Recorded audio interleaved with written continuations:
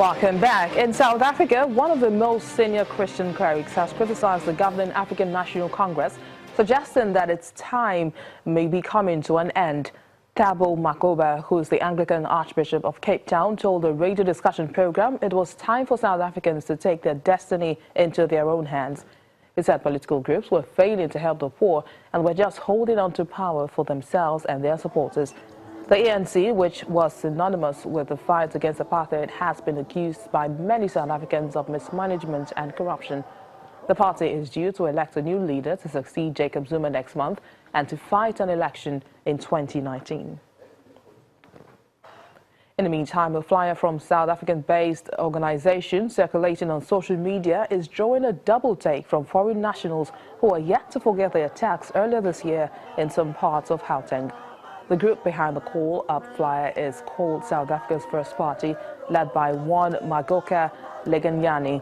Mr. Leganyani led the anti-foreigner march by the Mamelodi concerned citizens in February this year to the Home Affairs Department, where a memorandum was submitted to the department.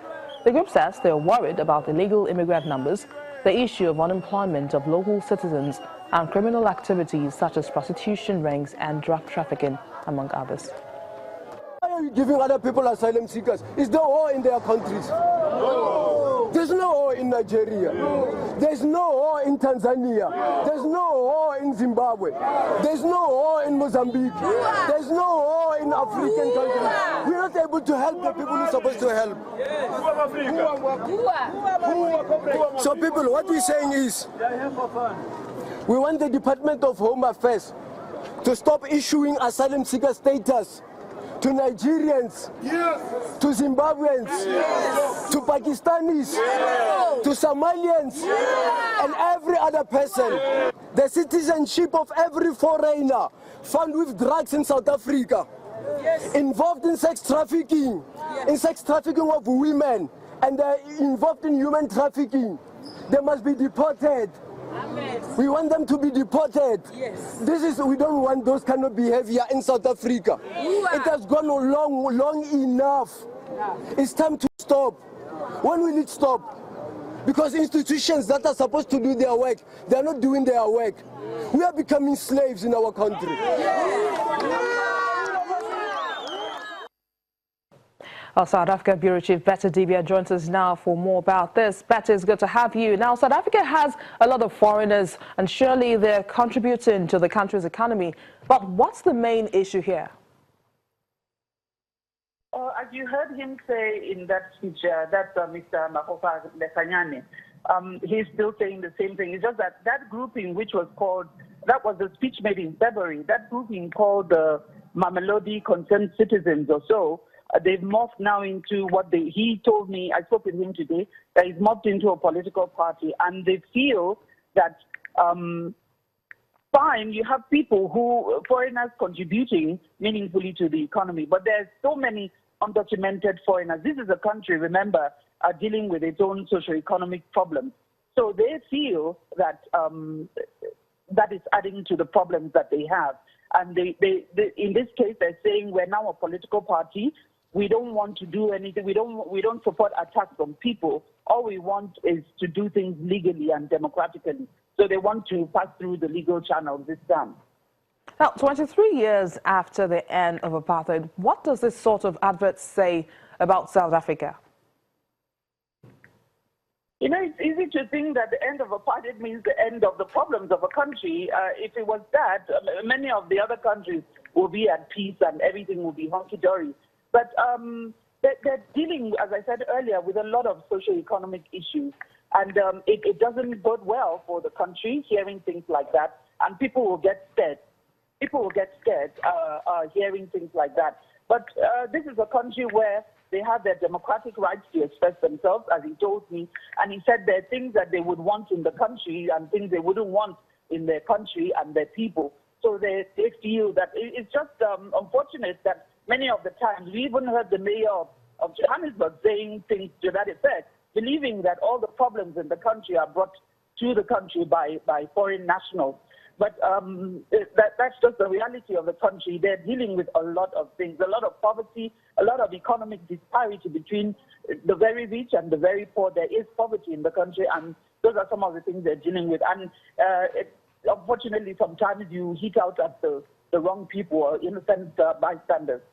Well, Betty, you're a Nigerian living in South Africa. Do you know of any laws put in place to ensure the protection of foreigners, especially in times like this? The laws in South Africa, they have the laws protect everybody who is in the country. That's on paper. And they stick to that whenever you get to speak with the officials. Everybody who is in the country, whether legal or illegal, but of course nobody will want illegal occupants or illegal residents in the country if you're not a citizen. But the laws, from the Bill of Rights to, we've heard Mandela speak so many times about these things, but the laws in the country protect the rights of everybody who is in it. Well, many thanks, Betty, for those updates. Moving on now, the Food and Agriculture Organization says there is a need to meet the growing demand for wood fuel among refugee communities living in Gambela, Ethiopia. Ethiopia hosts hundreds of thousands of South Sudanese refugees, and the agency says forests around refugee camps remain under threat as residents rely almost entirely on firewood for fuel.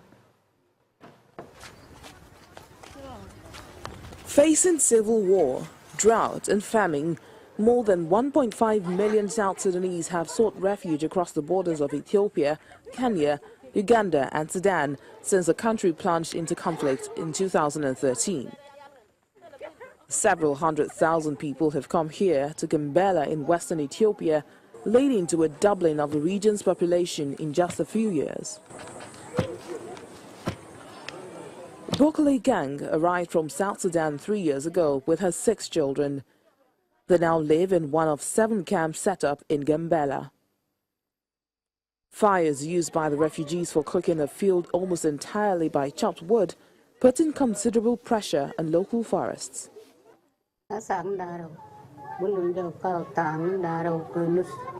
I usually come back from the forest after 2 or 2.5 hours, and I get so tired.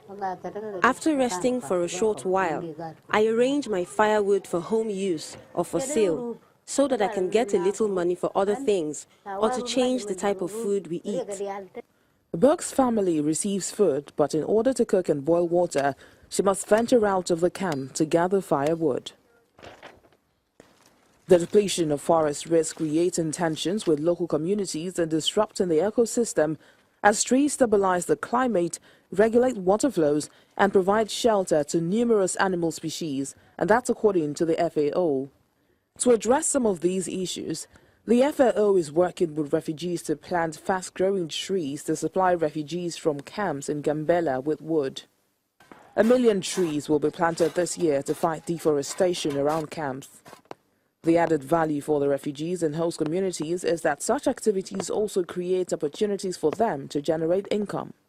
The growing number of displaced people in this region and the associated wood fuel demand for cooking is causing a significant increase in forest degradation and deforestation around the refugee camps. It is indeed crucially important that we develop a coherent strategy that enables the most vulnerable people to have access to energy and clean and efficient technologies, while fostering good practices to reduce wood fuel demand and environmental degradation. The agencies will also monitor deforestation with high-resolution satellite images and train local craftsmen to produce energy-saving clay stoves that will cut wood consumption by up to 25%. And that's our program today. Thank you for watching. I am Bisi Adebayo.